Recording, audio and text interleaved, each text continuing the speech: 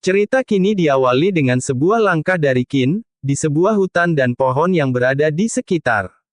Lalu, dirinya berhenti sejenak di bawah pohon guna mencari kesejukan yang alam itu berikan. Dirinya mulai bergumam bahwa, mencari bahan makanan memang bukan tugas yang mudah. Setelah hampir 2 jam mencari, dirinya mengungkapkan bahwa hanya menemukan beberapa buah liar yang tidak dikenal. Sebuah terik matahari menjadi saksi derasnya keringat yang keluar. Dirinya mulai mengira-ira bahwa, dari posisi matahari, sekarang seharusnya sudah sekitar jam 9 pagi. Dirinya juga tidak mengetahui, perjalanan menemukan harus ditempuh seberapa jauh dari pantai. Lalu, kini Qin pun beranjak melanjutkan perjalanan dalam mencari bahan makan guna memenuhi kebutuhan pokoknya. Dirinya berpikir untuk menuju ke arah pantai dulu, karena dirinya tidak ingin untuk sampai melewatkan waktu air surut. Hingga tak lama berselang, kini dirinya terkejut dibuatnya akan apa yang dirinya lihat. Langkah kakinya yang kini mulai berlari seakan sesuatu hal baik akan dirinya lihat. Dan, kini dirinya terkejut, ketika sebuah bambu yang berdiri kokoh menjulang ke atas. Tak menunggu lama-lama, sebuah kapak kini telah digunakan untuk menebang bambu tersebut.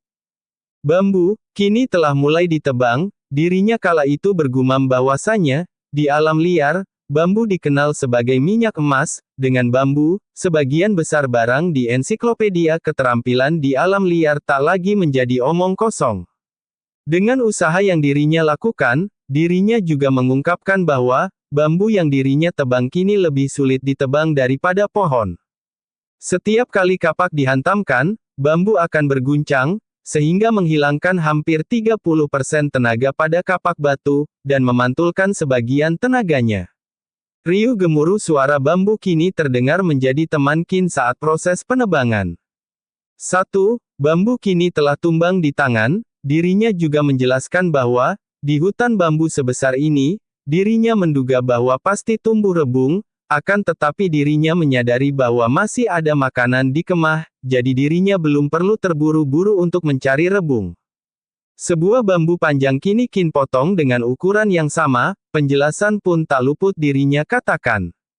Dari kemah ke tempat ini perlu waktu 2 jam, lalu butuh banyak waktu untuk memotong bambu, sekarang sudah hampir siang hari.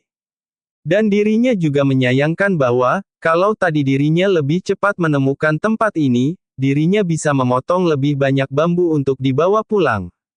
Hingga kini tiba sore menjelang, dirinya mengungkapkan bahwa, dirinya sudah menghabiskan waktu cukup lama di sini, dirinya berpikir harus cepat, kembali ke camp. Lalu, tibalah kini di camp, sebuah aroma panggang dari sebuah ikan menjadi pengharum hutan itu. Ditunggu Qin akan penantian oleh Ririn, Qin kala itu juga menanyakan bahwa, apakah Ririn yang menyiapkan ikan panggang ini. Ririn yang menunggu Qin pulang pun menakutkan bahwa dirinya akan pulang kemalaman, jadi dirinya sudah menyiapkan makan terlebih dahulu. Tanpa banyak waktu yang terbuang, Ririn segera mengajak Qin untuk menikmati ikan dengan rasa senang dalam dirinya. Dirinya juga mengucapkan bahwa Qin harus segera memakan ikan, Ririn takut akan ikannya yang sudah hampir dingin. Namun, dirinya menyuruh Ririn untuk menunggu sebentar, karena dirinya akan letakkan dulu bambu-bambu yang dirinya bawa.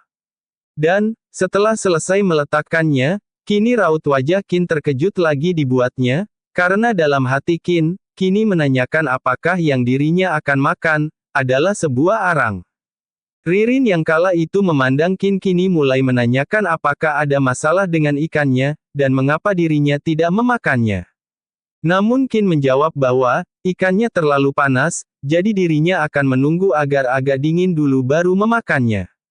Namun dalam hati Qin berkata bahwa, sebaiknya dirinya jangan memadamkan semangatnya, dan mungkin ikan ini hanya kelihatannya saja tidak enak, dirinya juga menduga-duga rasanya mungkin lumayan. Dengan penuh penantian dan semangat Ririn bertanya akan, bagaimana rasa dari ikan tersebut? Apakah enak? Dengan raut wajah yang tidak elegan dirinya memakan perlahan-lahan, dan menjelaskan rasa dari makan yang dirinya makan terasa ekstrim. Lalu, setelah penilaian itu dirinya bergegas mengambil dan mencoba untuk mencicipinya. Sembari Qin bergetar akan makanan yang dirinya cicipi. Dirinya juga bergumam bahwasanya untuk menahan dan menurutnya bertahan adalah kunci kemenangan.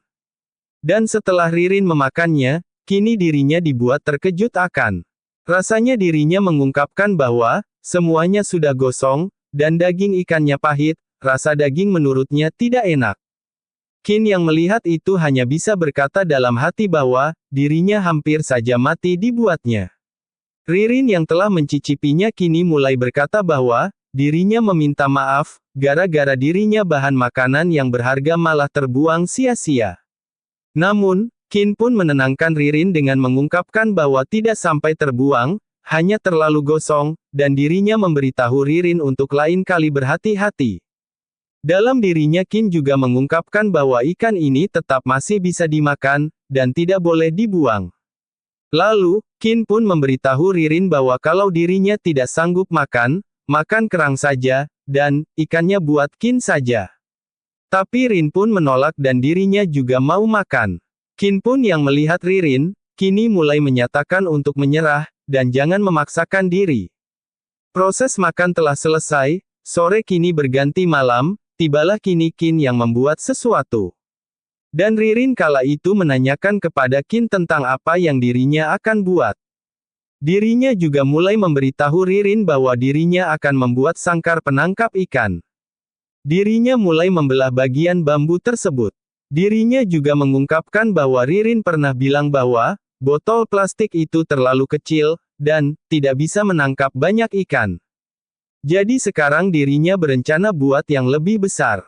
Ririn juga menanyakan kepada Qin apakah ada yang bisa dirinya bantu.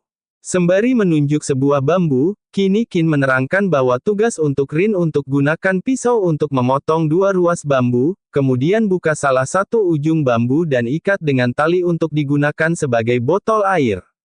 Lalu, dengan semangat membara dirinya mengungkapkan bahwa kedepannya untuk menyerahkan saja hal-hal kecil seperti ini padanya. Jika ingin bertahan hidup di pulau terpencil ini, dirinya mengungkapkan harus bekerja sama. Qin pun menyuruh Ririn agar berhati-hati, dan berpesan untuk jangan sampai tangannya terpotong. Rin pun menyetujui hal tersebut.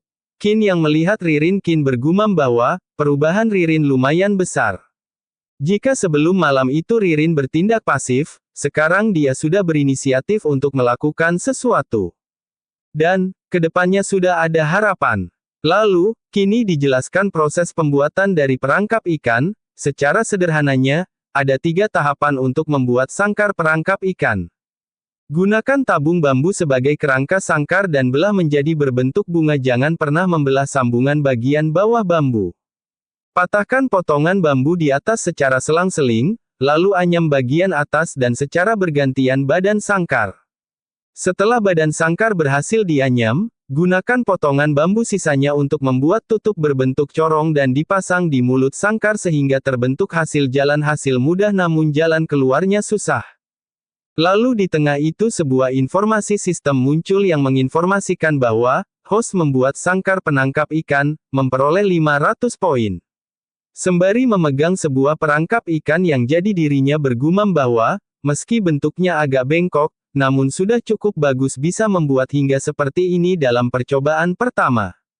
Dan, cerita kini berpindah di mana kedua insan itu berada di sebuah hutan di depan sebuah perapian. Lalu, cerita dimulai dengan Ririn yang menanyakan apakah yang dirinya buat harus seperti ini. Qin pun menjelaskannya bahwa, 2 kuping ini untuk diikat tali. Dan dirinya tak menyangka Ririn bisa hal ini, dirinya juga mengapresiasi kinerja dari Rin. Dan, kini Ririn bertanya kepada Qin akan rencana yang akan dilakukan keesokan harinya. Qin menerangkan bahwa, dirinya akan pergi ke hutan bambu lagi, dan berencana mengumpulkan beberapa bambu untuk dibawa pulang. Lalu, Ririn pun memberi saran bahwa dirinya juga akan ikut, setidaknya bisa bantu-bantu, dan, kalau tidak dirinya sendirian di camp juga tidak tahu harus melakukan apa. Qin merasa beruntung karena dirinya juga tadi ingin membicarakan hal ini dengannya. Dirinya juga bergumam bahwa, dirinya menjaga mood Ririn yang tidak stabil, jadi tidak memberinya terlalu banyak tugas. Tapi sekarang Ririn sudah berhasil melewati lubang dalam hatinya, jadi aku sudah tidak perlu terlalu khawatir. Tentu saja dirinya akan memerintahkannya untuk bekerja dengan baik. Namun Rin yang melihat ekspresi Qin pun, merasa Qin terlihat kejam, dan dirinya menyesal karena berbicara seperti tadi. Lalu, kini Sin berpindah di sebuah hutan bambu. Ririn pun tak menyangka bahwa hutan bambu ini besar sekali, dan tidak kelihatan batas ujungnya. Qin pun membenarkannya, karena waktu pertama kali dirinya ke sini, dirinya juga terkejut. Lalu Qin juga mengungkapkan bahwa, sudah berjalan 2 jam lebih, dan menyuruh Ririn untuk istirahat terlebih dahulu sebentar di sini. Ririn yang kala itu melihat pemandangan tersebut hanya bisa berkata bahwa, di sini cahayanya bisa menembus hutan, jika membangun kemah di sini, seharusnya tidak perlu khawatir ada binatang buas yang muncul. Namun, Qin pun memberikan sebuah masukan bahwa, sekarang makanan masih menjadi masalah. Untuk soal pindah kemah cukup dipikirkan saja. Lalu dirinya memberikan sebuah ririn pisau dan mengatakan bahwa, seperti yang kita diskusikan tadi malam, tugas mencari rebung bambu Qin serahkan Ririn. Dan, kemudian, ingat kalau kita perlu waktu untuk bisa kembali ke kemah, jadi nanti tidak peduli Ririn menemukan rebung atau tidak, dirinya harus kembali ke sini sebelum sore hari. Lalu, Ririn dengan penuh percaya diri mengungkap kepada Qin bahwa, meskipun dirinya tidak bilang, aku juga tidak berani pergi terlalu jauh. Dan, lagian, hutan bambu ini begitu besar, pasti tumbuh banyak rebung, aku pasti bisa menemukannya. Ririn yang kala itu mulai berpencar dengan Qin, kini mulai mencari-cari sebuah rebung, dan tak lama kemudian kini dirinya telah menemukan rebung tersebut. Dirinya mulai menghampiri dan akan memotong rebung itu. Di tengah dirinya memotong, dirinya juga menjelaskan bahwa, rebung yang besar terlalu berat, durinya banyak. Lebih baik pilih rebung yang kecil saja. Hingga kini semua usaha Rin memanen rebung telah membuahkan hasil, dirinya juga mulai mengungkapkan bahwa, rebung sebanyak ini, seharusnya cukup untuk dimakan selama beberapa hari. Namun, setelah usaha yang dirinya lakukan, kini dirinya dibuat merasa takut akan sebuah suara yang dirinya dengar. Yang dimana, dirinya takut akan sebuah babi hutan yang dirinya lihat kala itu. Mulut pun dirinya tutup dengan tangannya, dengan gemetar dirinya juga berkata bahwa untuk tetap tenang dan, di saat seperti ini harus tenang. Jangan sampai mengagetkan sekelompok babi hutan ini. Dirinya yang kini melihat babi hutan tersebut kini berencana untuk segera memberitahukan hal ini kepada Qin. Dirinya mengungkapkan bahwa dirinya sudah tidak boleh berdiam di hutan bambu ini lagi. Kini, cerita pun berpindah. Qin yang saat itu sedang memotong bambu dikejutkan akan Ririn yang berlari ketakutan dan menyebut nama Qin. Dirinya berlari kini pun memicu akan pertanyaan kepada Qin. Qin pun menanyakan akan dirinya yang datang dengan cepat. Lalu Ririn pun mengucapkan bahwa dirinya telah melihat babi hutan, sontak perkataan tersebut membuat Qin terkejut dibuatnya. Ririn yang panik saat itu juga dirinya mengungkapkan bahwa, dirinya melihat dengan jelas dan menyebutkan bahwa, di sana, sepertinya ada 7-8 ekor. Dan mereka sedang berjalan ke arah sini. Dengan sigap sebuah tangan dari Ririn kini dirinya pegang. Dirinya kemudian menarik Ririn dan mengungkap bahwa harus pergi dengan cepat. Dirinya yang saat itu berlari kini menjelaskan bahwa, meskipun babi hutan bukan karnivora, mereka sangat agresif, kami harus meninggalkan hutan bambu ini. Dan, sesaat mereka telah berlari kini Qin pun merasa kesal, karena, dirinya tak menyangka bahwa, di sini juga ada babi hutan, jalan pulang kami sudah terhalang. Dirinya yang terkejut pun mengungkapkan bahwa, tadi pagi saat datang ke sini, tidak terlihat 1 ekor pun babi hutan, sekarang begitu banyak yang tiba-tiba muncul, bagaikan baru semua keluar dari goa ajaib. Dan tepat saat itu pula kini, sebuah notif pun muncul yang memberitahukan bahwa, babi hutan hewan dari genus babi, panjang tubuh rata-rata 1,5-2 meter, omnivora, memiliki kulit tebal dan daging tebal bulunya seperti mantel yang bisa memberi kehangatan hidup di hutan bambu perbukitan, pegunungan dan tempat lainnya memiliki kemampuan beradaptasi yang tinggi dengan lingkungan. Babi hutan ganas dan memiliki sedikit saingan, tapi mereka adalah makanan harimau. Harimau akan mengikuti babi hutan dan menyerang mereka satu persatu, tetapi ada juga situasi yang sangat jarang, yaitu babi hutan membunuh harimau untuk melindungi diri.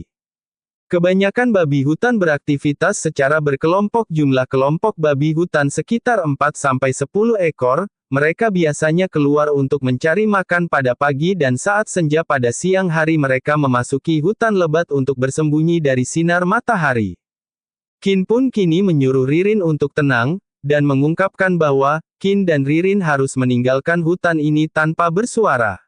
Namun, setelah itu babi hutan kini telah menyadari akan hal itu. Babi hutan kini mulai berlari ke arah Ririn dan Qin. Dan di saat itu pula mereka juga berlari menghindari babi hutan yang kini telah menyadari kehadiran dari mereka.